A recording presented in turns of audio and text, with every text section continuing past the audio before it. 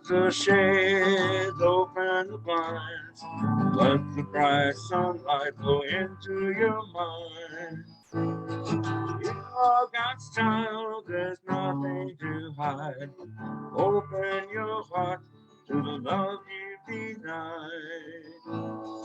Light of God is holy peace, waiting to give you release. Unlock the door, open it wide. See with the spirit, there's nothing inside. Hold up to the truth, all things that you fear. Whenever the light comes, dark disappears. Light of God is holy peace, waiting to give you release.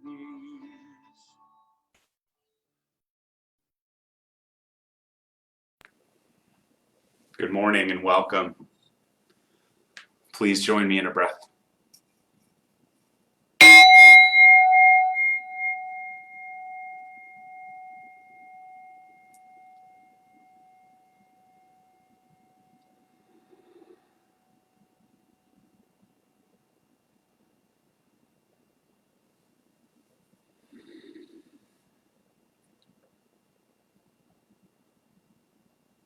We breathe together with intention, and we allow all that which is not serving us to be present in this moment to fall away. Thoughts and concerns about where we've been, what's been happening, what's been unfolding, fall away. Not because it's unimportant or that we don't care, only because just for now, we're not going to carry it with us. That which needs to be picked up again will be waiting for us at the end of our time apart, our time together and our time apart from all of that going on. We breathe together to allow to sink into the earth and away from us all of those concerns we hold about what could be, what should be, what would be, again, so that we can be present to just this moment, to who we are in the world just right now, to who we are within ourselves just right now, and who we can be for each other. And so we breathe. We breathe as a way in. Each Sunday I kindle some sort of flame as a visual reminder that there is something in us that is ineffable, is eternal, that we reach for and from, interestingly enough. And we call it the light because we need some sort of metaphorical language so that we can consider it. And so this is a visual reminder that that light is there, and that even when it feels dimmed, it can be kindled again. Sometimes it's kindled because someone shares with us. Sometimes it's kindled because we've had the opportunity to share with another and we've taken it. So I'm glad you're here this morning, starting your week this way. At some point I heard Ram Dass say in an interview that when he first met his guru, the thing that first struck him and what continued to be true was that this human who he had met wanted nothing from him. He describes it as the first time he'd ever had that experience. And I wondered about it when I first heard him say it, and I've continued to wonder about it ever since. I wonder about the experience of pure relating that would come with wanting nothing from the person sitting across from us, and what it would be like for them also to want nothing from us. I suspect it's a rare occurrence, and still it is one worth considering. We so often want to believe that we have arrived at a moment with no agenda, and yet we so often have a very detailed agenda. We might not even know what that agenda is, even though we've been dragging it around for so many years.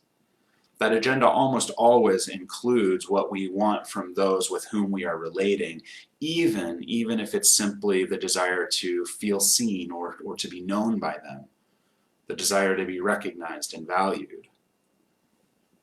Today's message isn't going to be about wanting nothing, and it is going to be about not wanting something specific as we begin to gather again. As we move in that direction, carrying ourselves more deeply into this experience of community, virtual, not yet physical, please take a moment to greet each other. You can do so in the chat on Zoom. You can do so in the comments on Facebook Live. I hope you will take a look around to see who's gathered with you this morning. And if you would be so inclined, I would love for you to share in the chat or in the comments a musician or artist, other artists you love, who you want to be sure others are aware of. Let's all look for something in that sharing that we might explore this week, a new beauty in our lives. I have been following a new potter on Instagram whose work's amazing, and I meant to put the link right here so that I could share it with you. So while you start your hellos, I'm going to get it for you. Incredible, incredible potter.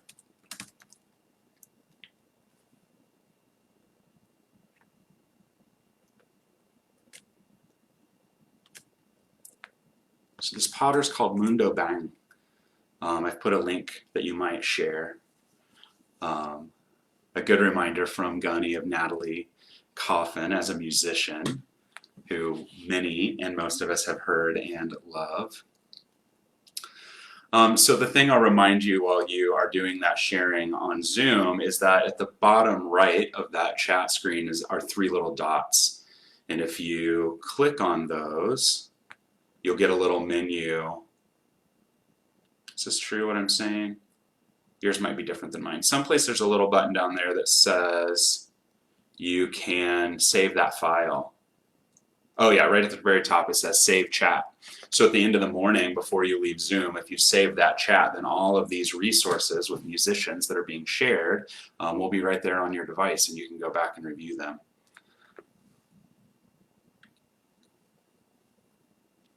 As you continue to do so, just by way of announcements, the reminder to keep a look at facebook.com/thechurchwithin and just click on events and you'll see that we have some opportunities to gather in the park for concerts coming up. Those are all free. We have a couple of just get together places to sit down and have a chat. So not a thing to focus on other than each other to start reacclimating to seeing each other in person and rebuilding that physical connection. Also on July 18th, which is a Sunday, from 1:30 to 3:30, we're going to gather at Garfield Park at South Grove Pavilion. On Facebook in the event, as well as in the weekly email, which is the other place you can find all of those events listed, is a link to a Google Map pin that goes right to the pavilion. It'll get you directly there. We'll have some kind of snack food available, name tags that will help identify your kind of how close you want to be to people, because some of us are still more comfortable with 6 feet than we are hugging, and that'll keep us all within those boundaries that we are feeling best with right now so that we can truly connect with each other.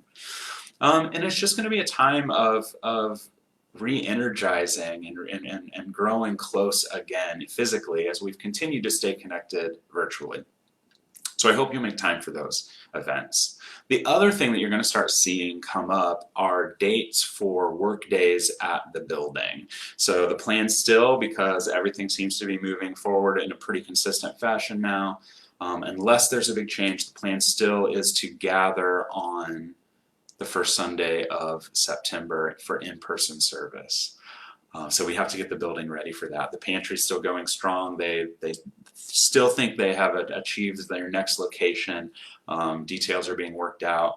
And so for most of August, we're just going to be getting the building ready again. The board will meet there today to do kind of a punch list.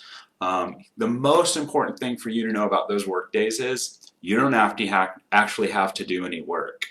You can just come and be there and like offer moral support. So if you're just like, Darren, I don't physically feel up to like painting or doing these things, you're going to ask, like, nobody's keeping a log. It'll be a great time to just see folks and to be in the building together. So keep an eye out for those dates as they start coming up. Other than that, I hope you will utilize the private chat function and seeing who you see on Facebook and just sending messages to folks, especially those who you might want to get together with for a coffee or a walk or whatever you're doing right now. I do believe wholeheartedly we have very effectively been connected throughout this through technology. And I think also there's going to be something very special about reconnecting physically. And that's why we're being so intentional about that walk forward. So let's take every opportunity. And I see there's a question from Allison as to whether or not the services will continue to be streamed when we start in person. And that is the plan. I have a big box of AV equipment in the corner of my house that we didn't expect to sit there for well over a year, that we will be setting up, and it's probably going to be like cable access. So get ready for a single long shot for that service. But yeah, we are planning to continue online. Because folks are going to be ready to be in person at a different rate, because people have started watching from outside of Indy, outside of Indiana, outside of the US in the time that we've been online, and because there are all kinds of things that happen in our lives that make us have to decide, do I want to go or do I want to miss, right? And with this online option now, something that we've embraced, we don't have to make that choice anymore, right? You can tune in from home, as it were, and if you have a head cold, you don't have to bring it into a room of people. If there's bad weather, you don't have to risk your life, because no matter how cute my new shirt is, it's probably not worth risking your life to get there. So yeah, we will continue to utilize the technology available in the midst of it all. Let's take a breath together.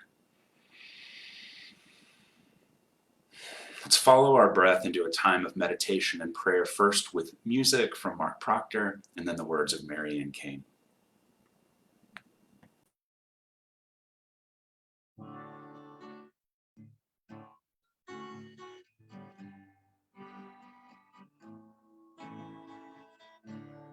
Beauty in the rain,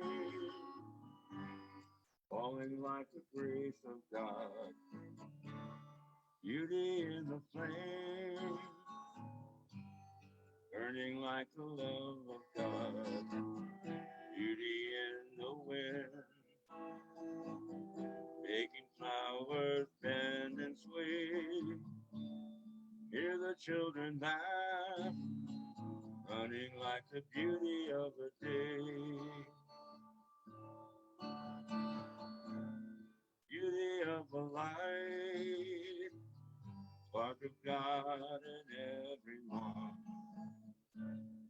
Beauty of the Christ, in their innocence and love. Beauty of the truth, beauty of creation's gentleness. Hear the song of peace, declaring every child of God is blessed.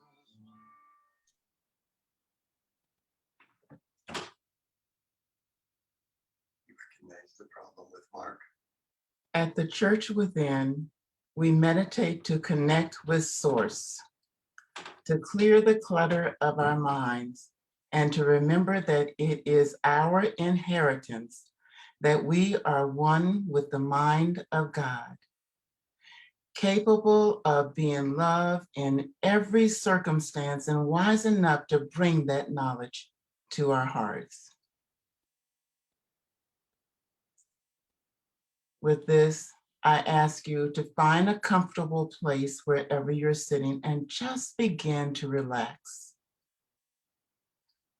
Move around in your seat until everything feels just right. I invite you to close your eyes or divert your attention from the screen or things around you just for a few minutes, not for long. Take a good, deep, cleansing breath with me.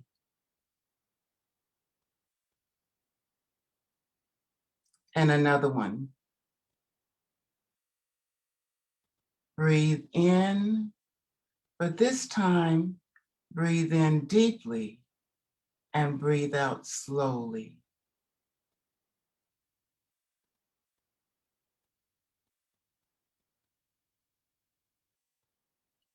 Continue to breathe and deepen your relaxation.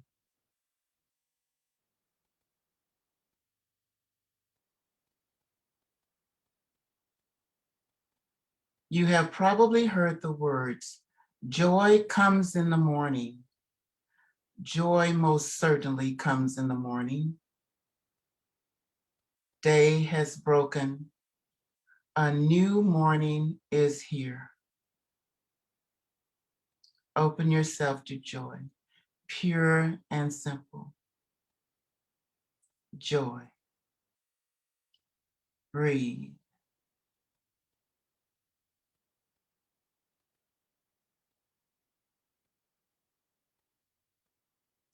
What does joy look like for you?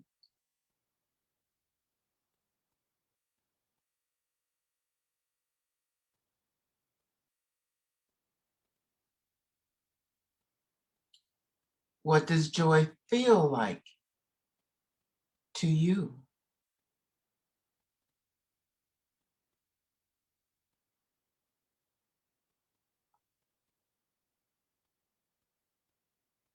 A smile on a face, the corners of a mouth turned up, eyes that sparkle are all overt signs of joy.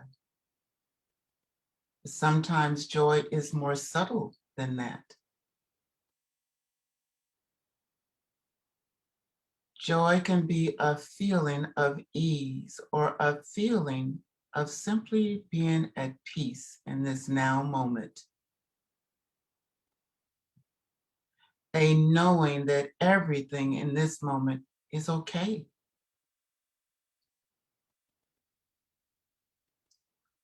Realizing that at least for just now, for just right now, all of my needs are taken care of.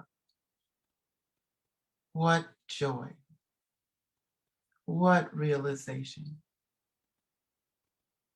Just for now.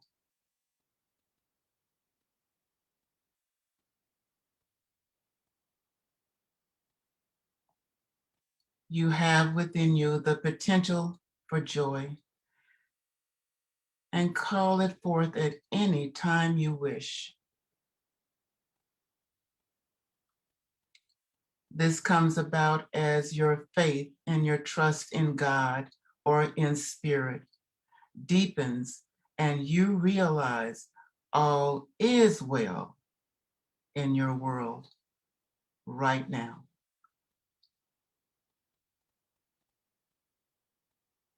All is well whether you can see it with your physical eyes or not.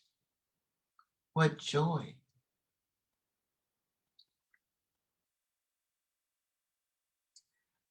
There's no need to wait for joy to arrive someday.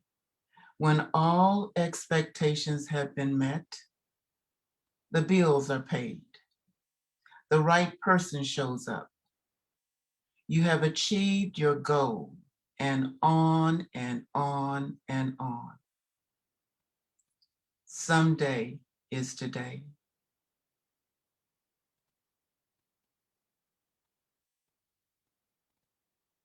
Celebrate today with joy, pure and simple. Where joy is ever present, ripe for harvesting where you are right now. For morning has broken. It is a new day. Joy cometh in the morning. This is morning. Amen. The foundation of the church within is prayer.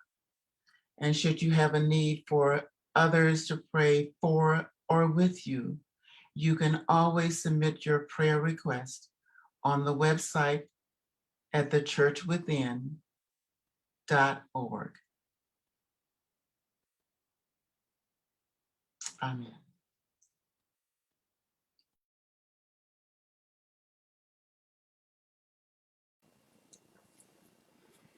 I have been listening to a new podcast this week. It's one that was suggested last week by Margie Ahern and Laura Chattain. It comes from the Center for Action and Contemplation, which is Richard Rohr's organization in Albuquerque, New Mexico, an organization with which I have but one very big issue, which some of you probably already know, which is that they've hired Margie Ahern and she will be moving to Albuquerque from Indianapolis. And so I'm a little angry with Richard Rohr for taking Margie to another state. However, it'll be great for Margie, it'll be great for the center. So we offer blessing and gratitude for that new opportunity for her, even while I will continue to grumble just a bit about her leaving. Although we have this technology, so leaving is different now, isn't it? This podcast is by a teacher from the Center for Action and Contemplation named Jim Finley, Dr. Jim Finley. And he says, the thing about monastic life is everything about the life is designed to foster and to protect. We might call it a state of sustained attentiveness infused with love, of this deepening communion with God. The thing about monastic life is everything about the life is designed to foster and to protect this deepening communion with God. We might call it a sustained attentiveness infused with love. It's that bit in the middle that really resonated with me while I was walking the dog through the neighborhood. A state of sustained attentiveness infused with love. Finley is a contemplative practitioner and clinical psychologist who, according to his website, helps seekers who desire to live a contemplative, whole life. He was a spiritual directee of Thomas Merton's when he was himself just 18. And as I said, I've only just met him or his work as I've been listening to it over the course of the last week, and I've listened to a lot. It immediately became not only a lovely practice, so I've called it a podcast, and there is a bit of that kind of conversation, but there's also then a practice where he reads each season from a different mystic. So the first season is Thomas Merton. Reads the bit, gives you time to then sit with that, a contemplative practice, using it like just the focus of the contemplation, and he invites some questioning and then some encourages of these kinds of steps of process. So it's a practice, and it's also just this tool that I've really been enjoying it. So gratitude to Margie and Laura for sharing it. At the end of the message, I will share the link so that you can check it out if you're interested. For some time, I've been using this language that reminds us that intentionally finding our breath opens us to the generosity of this very moment. Finley words that same consideration slightly differently. He refers to the generosity of God pouring out as our life. Let that in. The generosity of God pouring out as our life.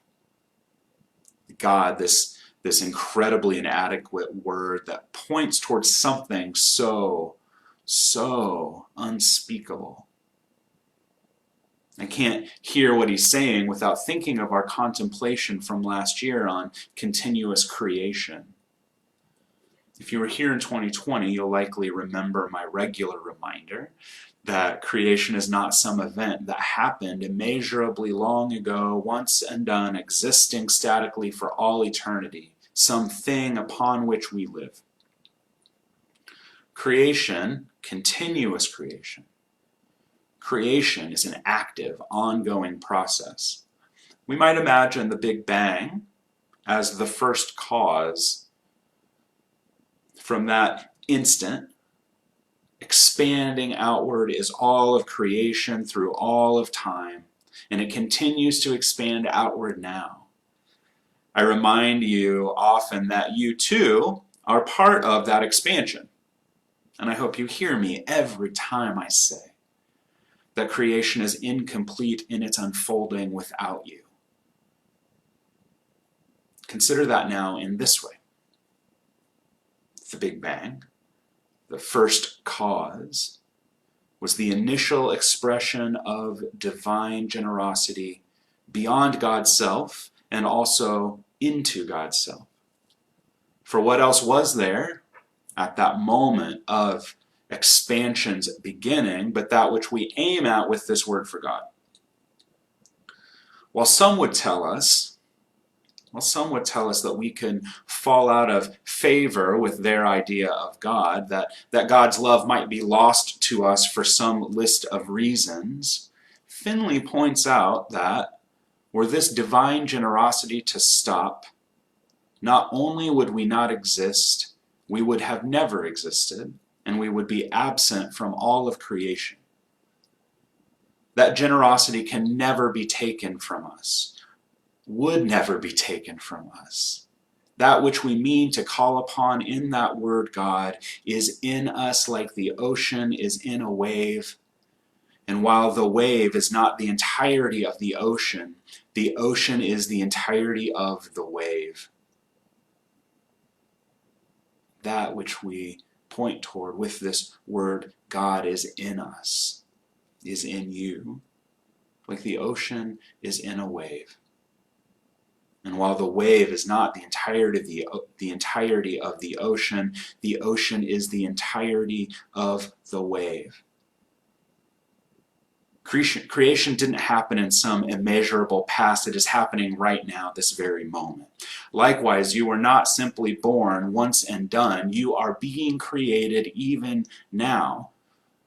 You are being created in a very literal sense, your body's biology utilizing the resources available to repair and rebuild itself, your mind being shaped by your very living, but also in a larger sense, as the same energy of that first cause that is expanding beyond the edges of the knowable universe is expanding within you right this very moment, every breath. Every breath an opportunity to tap into the broader yes of thriving in this life.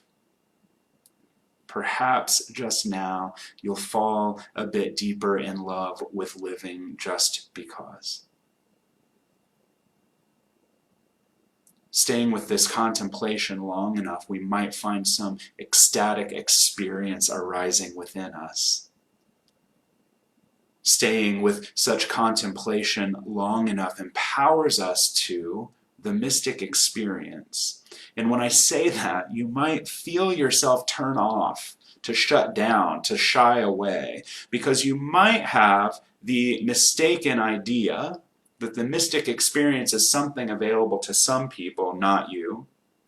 You might dismiss the notion that you've ever had anything akin to a mystic experience. Mystics are other people, and that they are people who have an experience that we then study because thankfully they tend to write it down. Finley points toward the idea of being mystics without monasteries. Carolyn Mace does the same in her work. Rabbi Lawrence Kushner speaks and teaches often of everyday mysticism. They keep inviting us in, and we keep saying, no, someone else. We demur, right? Someone else, not me. Kushner said in an interview on Being that I have listened to more than any other audio recording outside of music, that a mystic is anyone who has the gnawing suspicion that the apparent discord, brokenness, contradictions, and discontinuities that assault us every day might conceal a hidden unity. Joy comes in the morning. Joy comes in the morning. And I think that might be you. I think you might be such a suspicious soul that you wonder. You certainly don't have to call yourself a mystic. It's likely best if we don't. It's also best if you hold as potential in your every breath the mystic experience. It is best to know that in this moment, the very life that you breathe into and out of your body might dissolve all that apparent discord, brokenness, contradiction, and discontinuity. If it only lasts for an inhale, not even a full breath, that is enough. Welcome home. If you can't even believe in it for an inhale, that is enough. Welcome home. Maybe you've stood at the lip of the Grand Canyon. It's too big to see. It's too big to comprehend. It is a sublime experience. Maybe you've had that sublime experience elsewhere. That's the moment. Maybe you have held a tiny baby that rests completely trusting of you in your arms and looks into your eyes, even though they can't even really make out your face yet, but they look in your eyes and they make that sound that you either hear or you feel in your chest or both. That's the moment. That's the moment. Maybe you've been angry at someone you love and some clarity comes upon you that instead of saying that thing you know will hurt, because when someone's been vulnerable with us, we know exactly what to say. And instead of saying it, you don't. That's the moment. I know that you've had this experience. Even if you doubt it for yourself, trust my knowing. Trust my knowing. Let me tell you a bit more about you while you're trusting me. You are, by your very existence, worthy. You belong. You are, like all people, naturally creative, resourceful, and whole. That language coming from coactive coaching, it resonates so deeply for so many of us. You are made of the very same stuff of that first cause, measurable physical stuffness of this world, and energies measurable and energies currently unmeasurable by humans. You are, in fact, animated by the very same cascade of cause and effect that began all of this continuous creation. Breathe that in.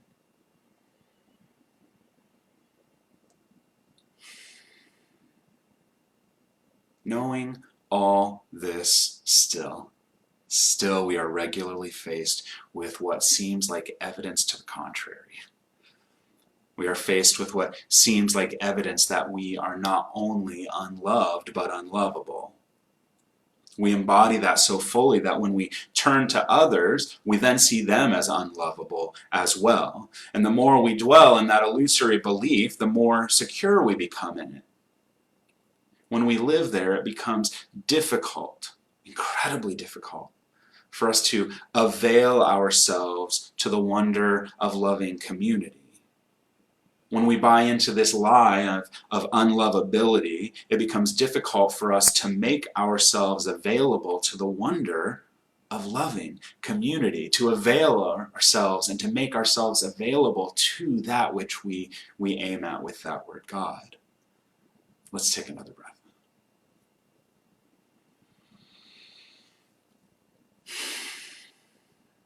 What I'm really hoping to invite you into, to make available, to crack the door open to today, is what Henri Nouwen calls the difficult road of conversion.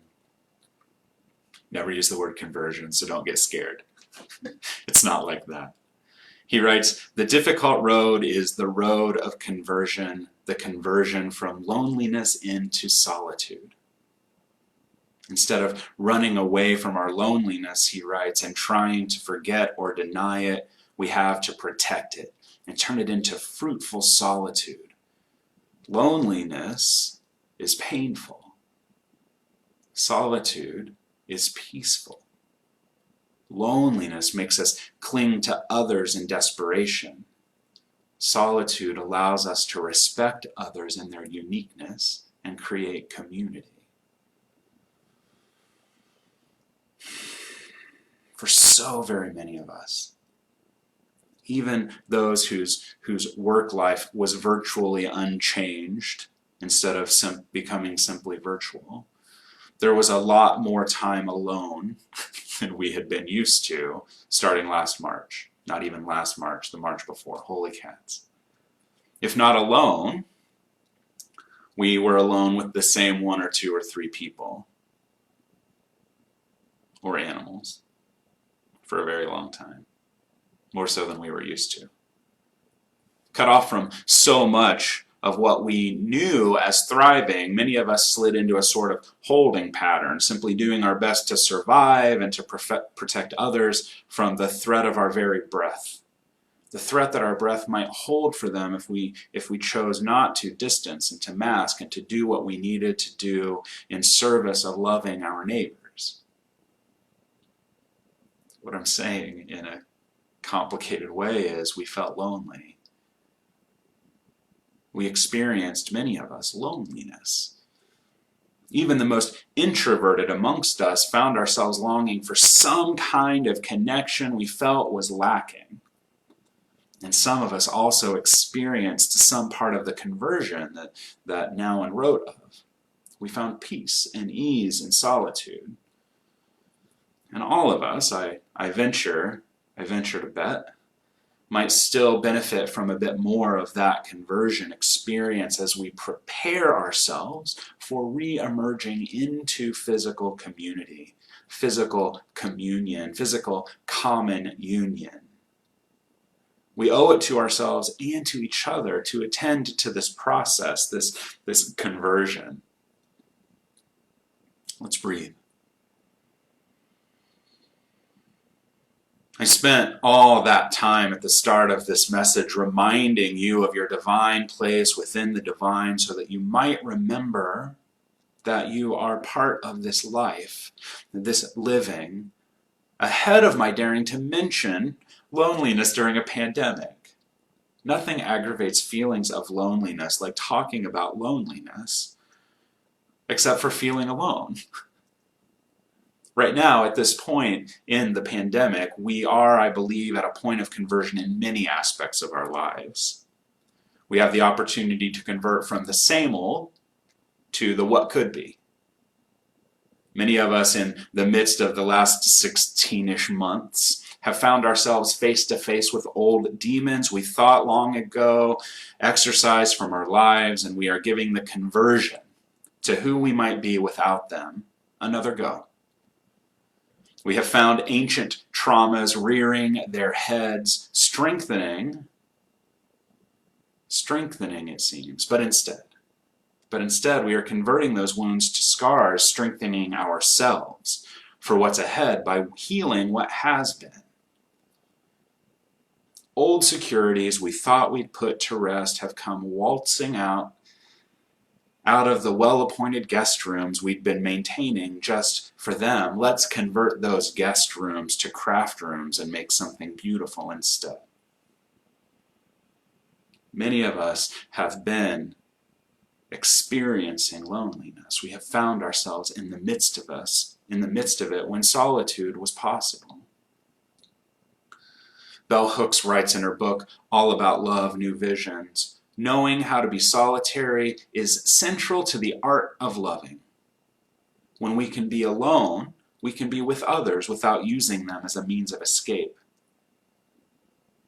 She writes, throughout his life, theologian Henri Nouwen emphasized the value of solitude and wrote in his book, Reaching Out, that loneliness is one of the most universal sources of human suffering today.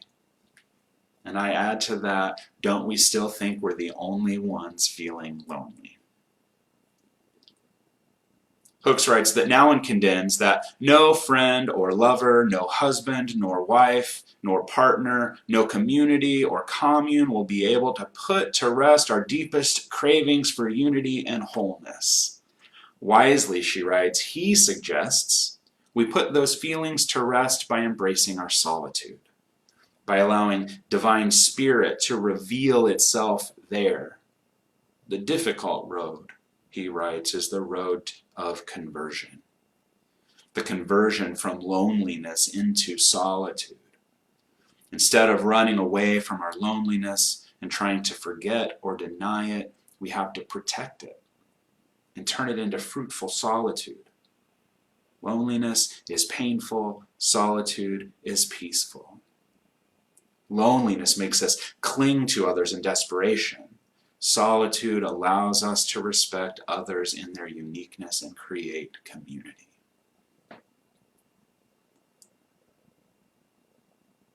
If we are to come together in loving community as a people, we must do our very best to grow comfortable with solitude.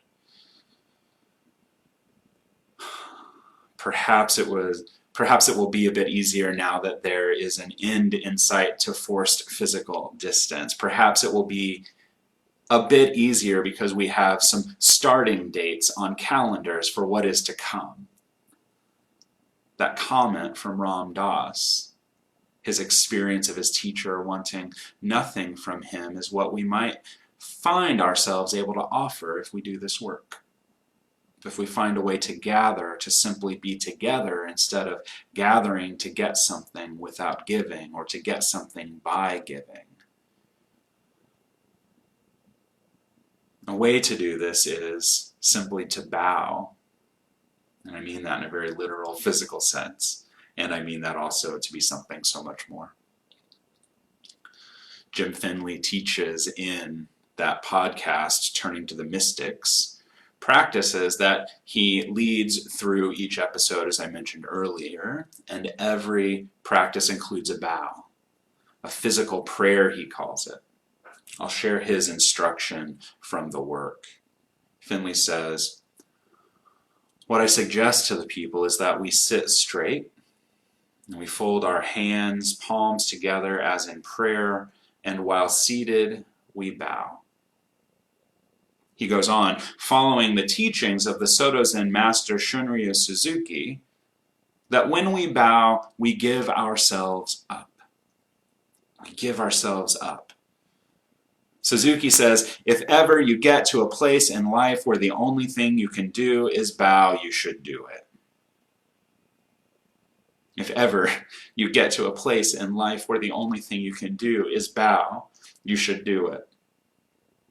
So, in light of these traditions, he says, the least and most we can do is to bow in profound gratitude for the gift of being awakened to this path. The gift of being a human being. The gift of being alive and real in the world, illumined by, he says, faith. And by whatever that translates for us, if that word's sticky. The gift of being alive and real in the world, illumined by love. And so we bow. So the body prays in the bow, he says. Let's take a breath.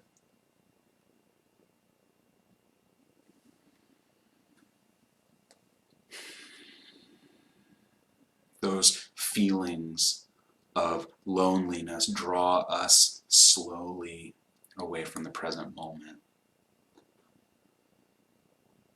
It is an emotional feeling.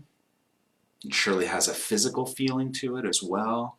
It draws us from this moment into stories, into beliefs about why we are left to our loneliness, our unloved state, as it were. We grow into wanting more from others, wondering why they aren't caring about us and for us right now. It can feel so complete, so true, and so absolutely defeating that we forget that we ever, in our lives, felt a moment of connection. And it's all such utter nonsense. It's such utter nonsense. And we recognize it as utter nonsense when some person or situation pulls us out of it. When we find ourselves there, and I encourage you right now, if you're not feeling this, to wander into those thought patterns intentionally. You've had them, I suspect. When we find ourselves there, we can simply bow to the sensations, the feelings. We can bow and we can give ourselves up. We bow and we offer profound gratitude for the gift of being awakened to the path, because the feelings of loneliness awaken us to the path.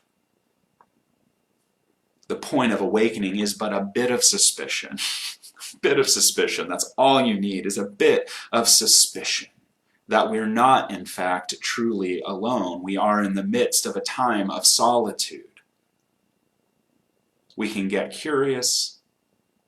We can move from our heart looking for what gifts this solitude holds. We can open ourselves to that experience of the divine in that moment. And in so doing, we can prepare ourselves for the wonderful experience of emerging from solitude into loving community, no other agenda other than sharing love. We can then let ourselves off the hook just a bit. We can then, whether alone in solitude or moving through a crowd, live out that call to live as monastics without monasteries, being in a state of sustained attentiveness infused with love. Sustained attentiveness infused with love. All the world looks different from that space. May we find our way there, and may we meet each other in the midst of it. And so it is. Amen.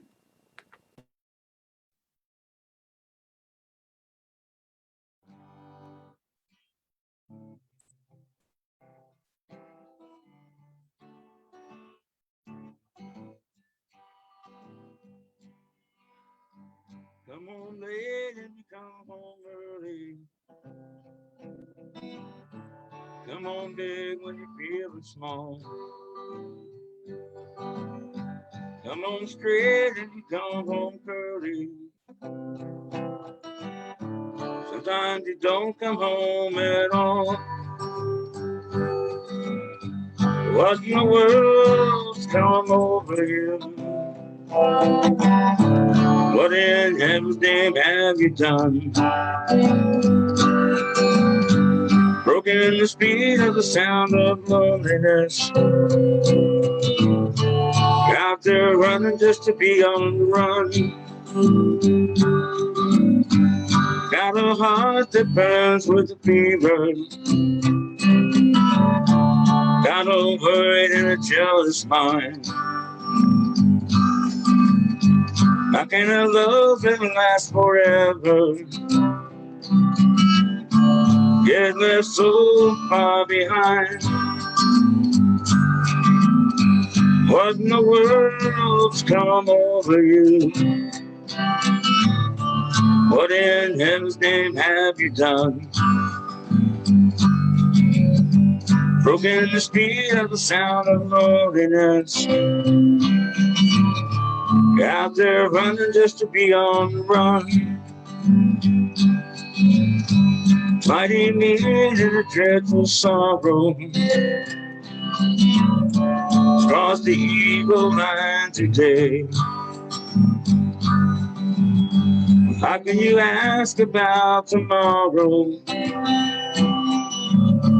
Ain't got one word to say.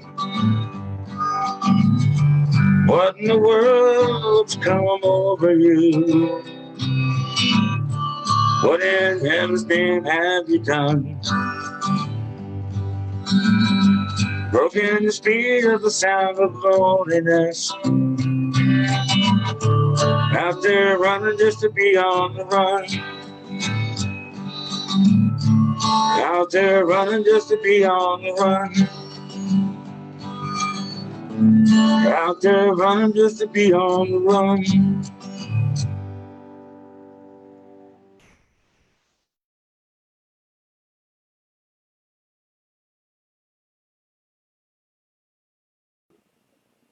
Let's take another breath.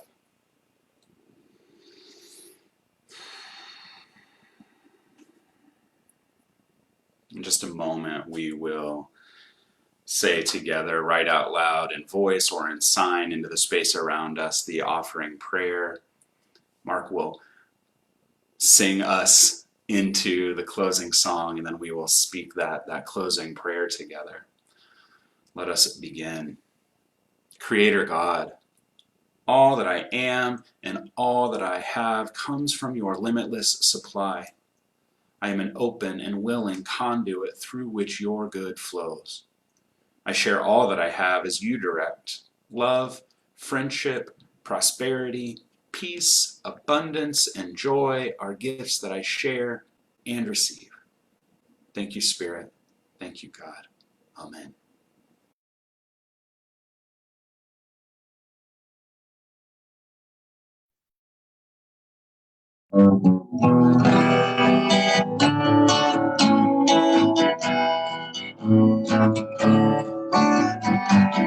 All people are holy, many past, one God. All people are holy, only love is real. No matter who you are, no matter where you've been, let's gather together, let the Spirit in. All people are holy, many past, one God. All bodies are holy, only God is real, only God is real.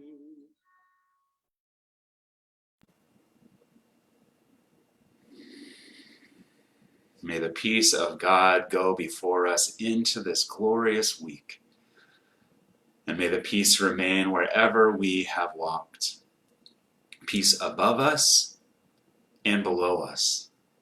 Peace to the right and to the left. Peace within and without. Peace in the face of everyone we meet. Peace in the words to everyone we greet. Amen. Amen. For those who joined via Facebook Live, thank you for being here this morning or whenever the time is that you came in to participate. I put links in the comments there for the podcast as well as a poem that I wanted to share that I read this morning, and then Marianne's meditation was about joy. The poem is about joy, so I wanted you to have that. Thank you for being here. Blessings on your whole doggone week, every single breath.